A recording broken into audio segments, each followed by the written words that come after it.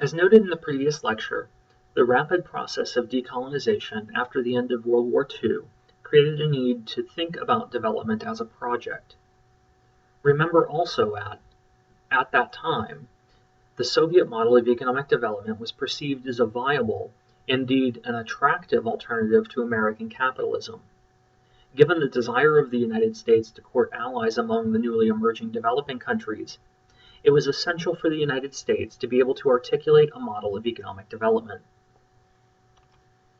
This void was filled by modernization theory, and the importance of providing a model of development in the context of the Cold War was articulated by W. W. Rostow, considered the founder of modernization theory, in his classic text, The Stages of Economic Growth. Rostow subtitled his book A Non-Communist Manifesto, signaling his understanding of the importance of the broader Cold War context in development thinking.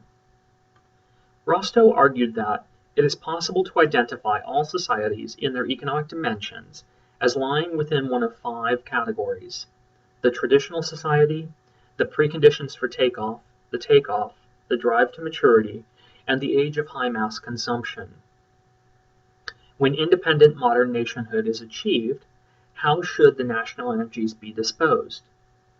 In external aggression, to right old wrongs, or to exploit newly created or perceived possibilities for enlarging national power? In completing and in refining the political victory of the new national government over old regional interests, or in modernizing the economy? Rostow thus believed it was possible to classify countries along a broad spectrum of development, with every country moving from one discrete stage to the next. Aiding development thus meant facilitating the transition from one stage to the next. The first stage of development was that of traditional society, which was defined by reliance on kinship or family-based power structures, had an economy based primarily on agriculture and largely subsistence agriculture, and relied little on science or technology, and instead had social beliefs centering on mythology. Finally, because there was little economic activity, there was little economic surplus for savings or investment. Gradually, though, countries would enter the second stage of development, in which the preconditions for more rapid growth, something Rostow called takeoff, were established. During this phase, several important changes took place to traditional societies. New groups started to emerge, particularly those focused on entrepreneurial activities, and these groups pushed for change both socially and economically. At some point, society would reach a tipping point. For Rostow, this tipping point was takeoff, a phase in which the preconditions for rapid economic growth had been achieved, and society began a rapid period of economic and social development. During this phase, dramatic transitions took place across most sectors of society. Political authority was centralized into a modern state, and the goal of that state was to promote economic growth. The economy moved away from extensive reliance on subsistence agriculture, broadening the economic base and promoting emergent industrial activities. Urbanization commenced. Birth rates also started to decline, reflecting broader social reorganization. After takeoff, development begins to slow as society matures. Economic growth becomes more generalized, as there is widespread reinvestment across a wide array of activities and industries in the economy, as it diversifies. International trade also expands, as does reliance on technology in the sphere of economic production. Finally, society reaches the pinnacle of economic development, a phase Rostow labeled as mass production for mass consumption.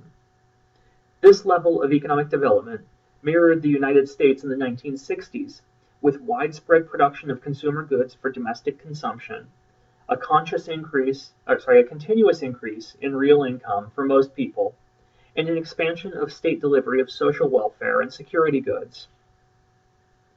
Put another way, modernization theory posited that all countries exist along various points of a similar developmental path. Countries like Afghanistan are still in the traditional society category. Others, like India, are in takeoff, while still others, like Japan, have reached the pinnacle of development.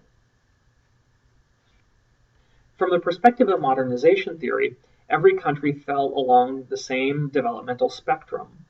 The challenge of post-war development project then was to figure out how to speed countries along the developmental path.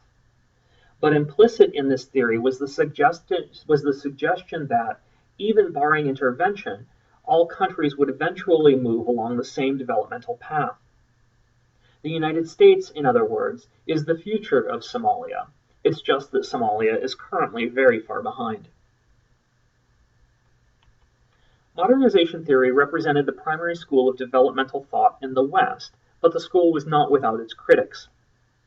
Emerging from the work of Latin American theorists in the 1960s, dependency theory was particularly interesting because it represented the first broad theory of development indigenous to the global South.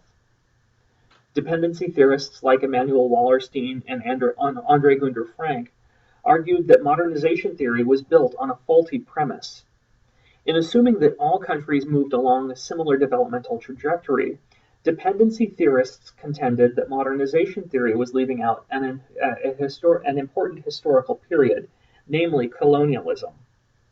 Dependency theorists argued that while First World may have been at one point undeveloped, it was never underdeveloped. That is, dependency theorists argued that the development that occurred in the First World was conditioned on the extraction of resources from the colonies in the Third World. This process, which they termed underdevelopment, was never experienced by the First World. Consequently, First World and Third World development had fundamentally different, indeed irreconcilable, starting points. As Andre Gunder Frank, one of the leading dependency theorists, put it, economic development and underdevelopment are opposite faces of the same coin. They are both the necessary result and contemporary manifestations of internal contradictions in the world capitalist system. The historical development of the capitalist system have generated underdevelopment in the peripheral satellites, whose economic surplus was expropriated, while it generated economic development in the metropolitan centers, which appropriate that surplus. Modernization and dependency theories presented two fundamentally different understandings, both of the nature of the global system, the role of the state, and the nature of economic development. For modernization theorists, the challenges of development are primarily rooted in the internal dynamics of the country: inappropriate economic and political structures, backwards technologies, outmoded beliefs, and so on. Closer ties to the global system, particularly the global economy, could thus help to facilitate development by overcoming these traditional barriers. By contrast, dependency theorists believed that the challenge of development was actually rooted in the connections between the underdeveloped South and the overdeveloped North. Development, they contended, could only be achieved by breaking ties with the global economy and by looking inward, a process Samir Amin termed de-linking. But in spite of the differences, both modernization and dependency theories had an understanding of development that was fundamentally the same. Both conceived of development as a progressive and linear process defined primarily in terms of economic growth and restructuring. By the 1970s, a whole host of new theories of development were beginning to emerge, each drawing attention to a slightly different problem facing the global South, but most still rooted fundamentally in the problem of establishing and maintaining economic growth. These theories, arising in the context of the 1970s crisis of stagflation, which we'll discuss next week, tended to bring into consideration a broader array of issues, including basic needs and poverty, environmental questions, and gender dynamics. We'll return to all of these later in the course. For now, it's sufficient to note the evolving thinking taking place around the question of development. More recent development theory has tended to focus on questions of representation and inclusion. Development has been critiqued as a totalizing discourse, operating on the assumption that it is basically or equally applicable around the world and obviating local specificities and conditions. What works in Bangladesh should work the same way in Uganda or Senegal. Others have questioned the relevance of development more broadly, Indeed, Arturo Escobar proclaimed the death of development, suggesting that the concept itself is outmoded and no longer useful. In his introduction to the Development Dictionary, Wolfgang Sachs argues that the idea of development stands like a ruin on the intellectual landscape. Delusion and disappointment, failures and crimes have been the steady companions of development, and they tell a common story. It did not work. Moreover, the historical conditions which catapulted the idea into prominence have vanished. Development has become outdated. But above all, the hopes and desires which made the idea fly are now exhausted. Development has grown obsolete. But proclamations of the death of development are, to borrow a very famous phrase, vastly overstated. Development remains a central question in the global political economy, even if we can't come to clear agreement on what precisely we mean or how to achieve it. It also remains a central component of state legitimacy in the developing world, as we'll discuss in the next lecture.